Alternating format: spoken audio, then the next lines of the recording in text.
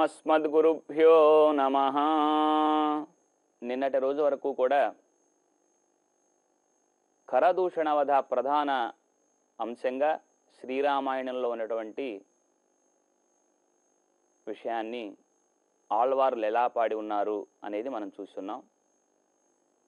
ఈ రోజు నుంచి మాయామృగం మారీచుని యొక్క వధ ప్రధానాంశంగా ఆళ్వార్లు పాడినటువంటి పాసురాల్ని మనం చూస్తాం. ఈరోజు మొదలు తిరువందాది అనేటువంటి ప్రబంధం నుంచి 82వ పాసురం. ఈ ప్రబంధాన్ని అందించినటువంటి ఆళ్వార్ పోగై ఆళ్వార్. ఒకసారి పాసురాన్ని అనుసంధానం చేసుకుని క్రమంగా అర్థాన్ని కూడా తెలుసుకుందాం. పడై ఆరుం వాళ్ కన్నార్ பாரசினாள் பைம்பூம் தொடையலோடு வேந்திய தூபம் இடை இடையில் மீன் மாய மாசூணும் வேங்கடமே மேலொரு நாள் மான் மாய எய்தான் மலை. శ్రీ వెంకటాచలపతి గురించి ఈ పాసురంలో ఆళ్వార్లు పాడుతూ ఉన్నారు. శ్రీ వెంకటాచలం గురించి చెప్తూ ఉన్నారు. శ్రీరామాయణం రామచంద్రస్వామి యొక్క చరిత్రను మాత్రమే చెప్పటం లేదు అంటారు. సీతాయాహ చరితం మహత్. శ్రీరామాయణం అమ్మ సీతాదేవి గురించి చెప్తూ ఉంది. పరాశర భట్టర్ కూడా తమ శ్రీగుణ రత్నకోశంలో అమ్మా నీ యొక్క చరిత్ర చెప్పటం చేత కదా శ్రీరామాయణం ప్రసిద్ధమైంది. శ్రీమద్ రామాయణమపి పరం ప్రాణితి త్వచ్చరిత్రే. శ్రీమద్ రామాయణానికి ప్రాణం నీ యొక్క చరిత్ర అని చెప్పినట్లుగా అమ్మ సీతాదేవి కోసం ఆయన మాయామృగం అంటే మారీచుడు మాయామృగంగా మాయలేడిగా వచ్చినటువంటి సందర్భంలో రామచంద్రస్వామి మాయామృగాన్ని కొట్టి ఉన్నాడు, మారీచుడిని వధించి ఉన్నాడు. అలా మారీచుడిని వధించినటువంటి స్వామి వైభవాన్ని కీర్తిస్తూ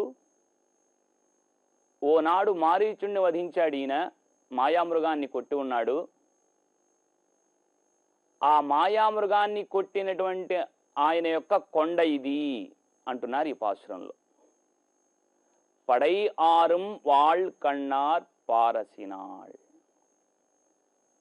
ఓ ద్వాదశి నాడు పారసినాళ్. ద్వాదశి నాడు స్త్రీలందరూ కూడా కలిసి శ్రీ వెంకటాచలపతి యొక్క కైంకర్యంలో ఉన్నారు.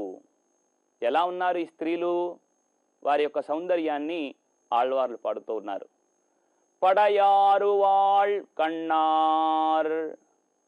వీళ్ళ యొక్క చూపులు ఓ ఈటె, ఓ సోలాయుధం అంటాం కదా, ఆ ఈటెల వంటి చూపులటండి. ఏదో చురకత్తి చూపులు అంటారే అలా ఉన్నాయి వీళ్ళ చూపులు. అంటే నేత్ర సౌందర్యం చాలా గొప్పగా ఉంది. ఈ స్త్రీలందరూ కూడా శ్రీ వెంకటాచలపతిని సేవించడానికి సిద్ధమై వెళుతూ ఉన్నారన్నమాట. ఇలా స్త్రీలు బయలుదేరి వెళుతున్నారు అని చెప్పటం చేత భగవంతుణ్ణి చేరి పూజించటానికి అధికారి ఎవరు అంటే అందరూ కూడా.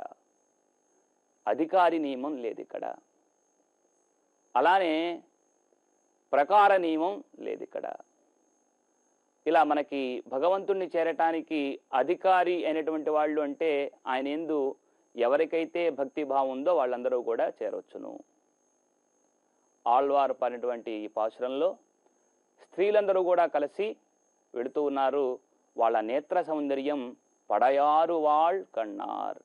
చురకత్తి వంటి ఈటె వంటి చూపులు కలిగినటువంటి స్త్రీలందరూ కూడా, నేత్రాలు కలిగినటువంటి స్త్రీలు.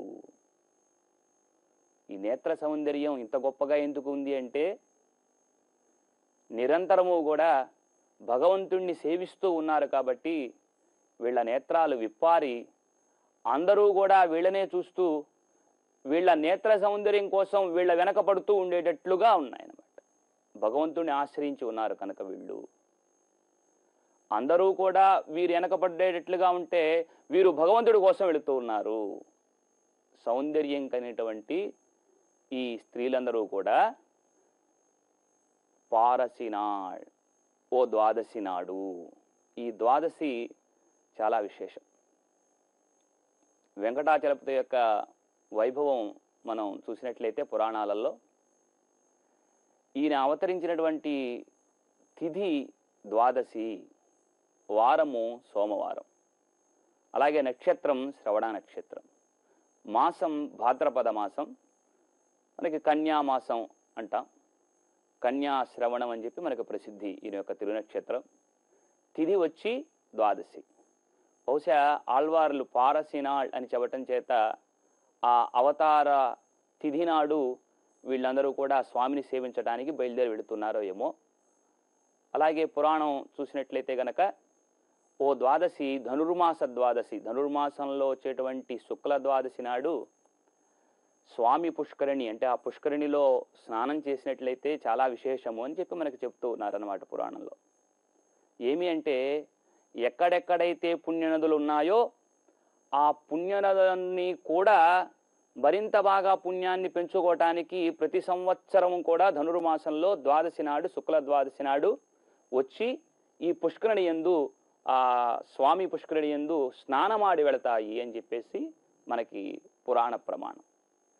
కాబట్టి ఆ తెల్లవారుజామున ఆ పుష్కరిణి యందు స్నానం చేయటం అనేది అన్ని నదుల యందు స్నానం చేసినంత ఫలితం వస్తుంది. కాబట్టి ఆ రోజు స్నానం చేయాలి అని చెబుతారు. బహుశా ఈ స్త్రీలు ఆ విషయాన్ని తెలుసుకొని ఉన్నారేమో.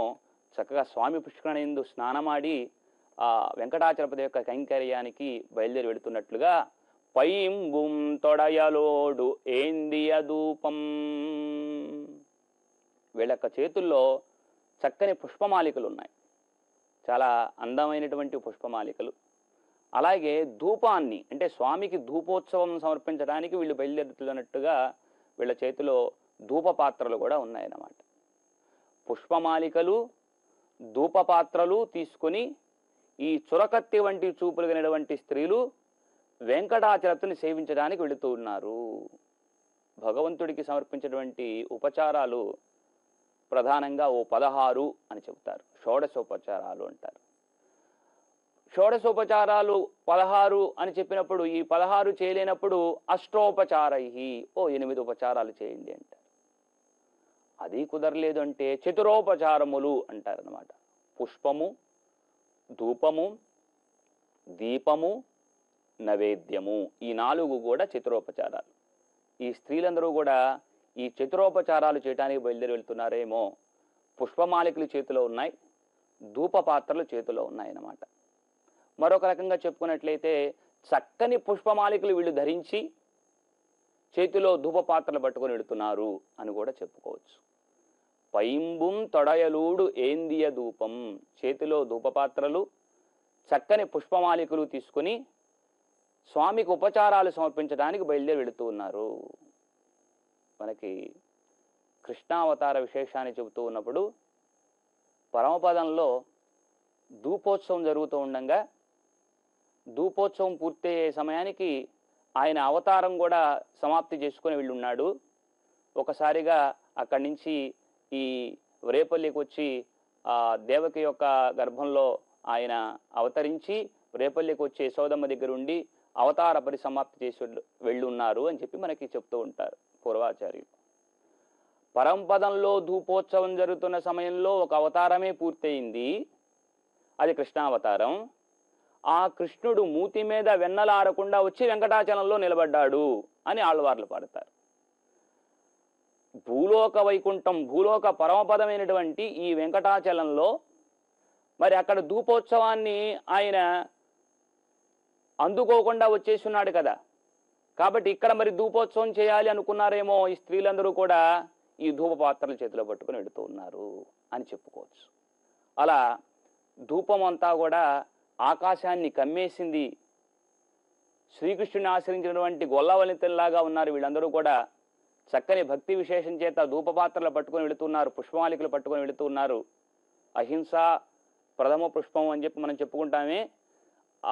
మన యొక్క గుణములు అంటే మంచి గుణములు ఇవన్నీ కూడా పుష్పములైతే ఈ పుష్పములతో చేసినటువంటి మాలిక మనం ధరించినటువంటి పుష్పమాలిక అవుతుంది. ఇలాంటి చక్కని గుణములు కలిగినటువంటి వీళ్ళందరూ కూడా పుష్పమాలికలు వీళ్ళు ధరించారు అంటే ఇలా చెప్పుకోవచ్చు అన్నమాట. ఇలాంటి పుష్పమాలికలు ధరించి స్వామిని సేవించడానికి వెళ్తూ ఉన్నారు.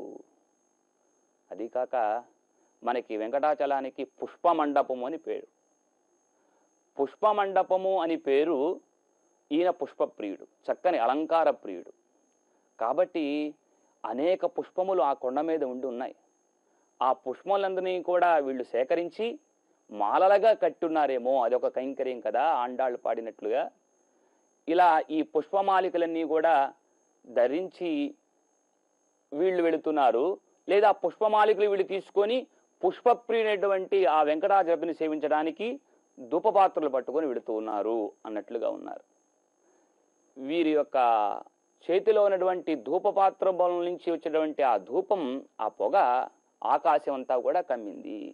ఎలా ఉంది ఇప్పుడు ఆకాశం?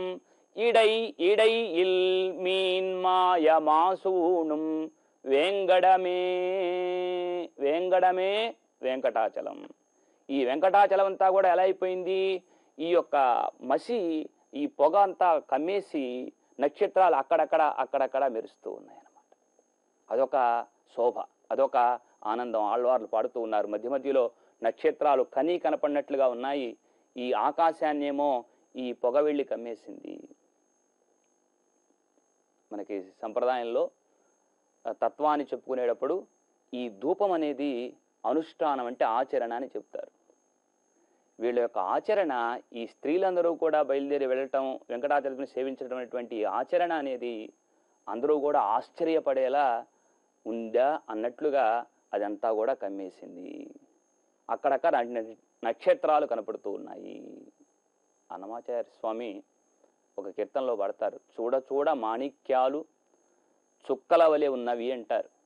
ఆయన యొక్క దివ్యమంగళ విగ్రహం ఆకాశ శోభ, చక్కని నీలమేఘ ఛాయ అయితే ఆయన ఒంటి మీద ఉండేటువంటి ఆభరణాలన్నీ కూడా, ఆ మాణిక్యాలన్నీ కూడా చుక్కల్లాగా కనపడుతూ ఉన్నాయంటారనమాట అన్నమాచార్యులు. అట్లాగే ఈ ఆకాశ శబ్దవాచ్యుడు పరమాత్మ, ఈ ఆకాశమంతా కూడా వీళ్ళ యొక్క ఆచరణ కమ్మింది అంటే ఈ ఆకాశ శబ్దవాచ్యుడైనటువంటి పరమాత్మని వీళ్ళు సేవిస్తూ ఉన్నారు. ఆయన ఒంటి మీద ఉండేటువంటి ఆభరణాలు అయితేనేమి, మాణిక్యాలు అయితేనేమి, అవన్నీ కూడా నక్షత్రాలను పోలి ఉన్నాయి అని మనం చెప్పుకోవచ్చు. లేదా వీళ్ళ యొక్క నేత్రాలు అంటే చక్కని నేత్ర సౌందర్యం అనుకున్నాం కదా, ఈ పొగంతా కూడా కమ్మి వేసేసరికి ఆరాటపడుతూ స్వామిని సేవించాలని చెప్పి పరితపించేటువంటి వీళ్ళ నేత్రాలే నక్షత్రాలా అన్నట్లుగా ఉన్నాయి అని చెప్పుకోవచ్చు. చక్కనైనటువంటి కైంకర్యాన్ని చేయటానికి వీళ్ళు బయలుదేరి వెళుతూ ఉన్నారు. ఈ బయలుదేరి వెళుతున్నటువంటి వీళ్ళు స్వామి యొక్క దివ్యమంగళ విగ్రహ సేవనం ప్రధానంగా పెట్టుకొని, ఆయన కైంకర్యం ప్రధానంగా పెట్టుకొని వెళుతూ ఉన్నారు.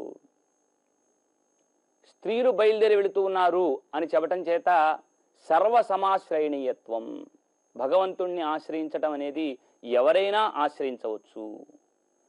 అలాగే ధూపపాత్ర మాలికలు తీసుకొని వెళుతున్నారు అని చెప్పటం చేత ఆయన విషయంలో కైంకర్యం ప్రధానంగా ఫలితాన్ని ఆశించకుండా చేయవలసి ఉంటుంది అనే విషయాన్ని మనం చెప్పుకోవచ్చు. అందరికీ అవకాశం ఇస్తూ ఉన్నాడు కాబట్టి అందరూ ఈయన్ని చేరి సేవించవచ్చు అనేటువంటి విషయం ఈ పాసురం ద్వారా తెలుస్తూ ఉంది. కాబట్టి స్వామిలో ఉన్నటువంటి సౌలభ్యాన్ని మనం తెలుసుకోవచ్చు. సౌలభ్యం యొక్క విషయాన్ని చెప్పుకున్నప్పుడు కృష్ణావతారాన్ని చెప్పుకుంటాం. ఆ కృష్ణుడే ఈ వెంకటాచలంలో వేంచేసినటువంటి ఆ వెంకటాచలపతి శ్రీనివాసుడు అనుకుంటే సౌలభ్యం ఇందులో ప్రధానంగా ఉంటుంది. ఎక్కడెక్కడ వాళ్ళు వచ్చి సేవించవచ్చు, వాళ్ళ యొక్క కోరికలు నెరవేర్చుకోవచ్చు కదా. అలాంటి సౌలభ్యం కూడా ఈ యొక్క పాసురం ద్వారా తెలుస్తూ ఉంది. నారీణాం ఉత్తమావధూహు, స్త్రీలలో ఉత్తమరాలైనటువంటి స్త్రీ మహానుభావురాలు సీతాదేవి. ఆవిడ ఆనాడు అడిగినప్పుడు బయలుదేరి వెళ్ళాడు కాబట్టి మేము ఈరోజు బయలుదేరి నేను సేవిస్తున్నామయ్యా వచ్చి అని స్త్రీలందరూ కలిసి ఈయన దగ్గరికి వస్తున్నారా ఏమి? మేలొరు నాళ్ మాన్మాయ ఎయితాన్మలై. ఈ కొండ ఎవరిదనుకుంటున్నారు? ఒకనాడు మేల్ ఒరు నాళ్, ఓనాడు మాన్ మాయ ఎయితాన్ మలై, మాయామృగాన్ని కొట్టినటువంటి వాని యొక్క కొండ. అందరికీ కూడా ఆదర్శం సీతాదేవి ఆశ్రిత పారతంత్ర్యం అనేది ప్రధానంగా సీతాదేవి కోసం ఆయన మాయామృగాన్ని కొట్టడం అనేది, ఆయన్ని ఆశ్రయించిన వాళ్ళ విషయంలో ఈయన ఎంత విధేయుడు ఉంటాడు అనే విషయాన్ని మనం చెప్పుకోవచ్చు. కాబట్టి స్వామిలో ఉండేటువంటి ఆశ్రిత పారతంత్ర్యం, అలాగే సౌలభ్యం, అలాగే అందరూ సేవించవచ్చు కాబట్టి సర్వ సమాశ్రయణీయత్వం, ఇవన్నీ కూడా ఈ పాసురం ద్వారా మనకు తెలుస్తూ ఉన్నాయన్నమాట. ఆళ్వార్ తిరువడిగళే శరణం. படையாரும் வாட்கண்ணார் பாரசினார் படை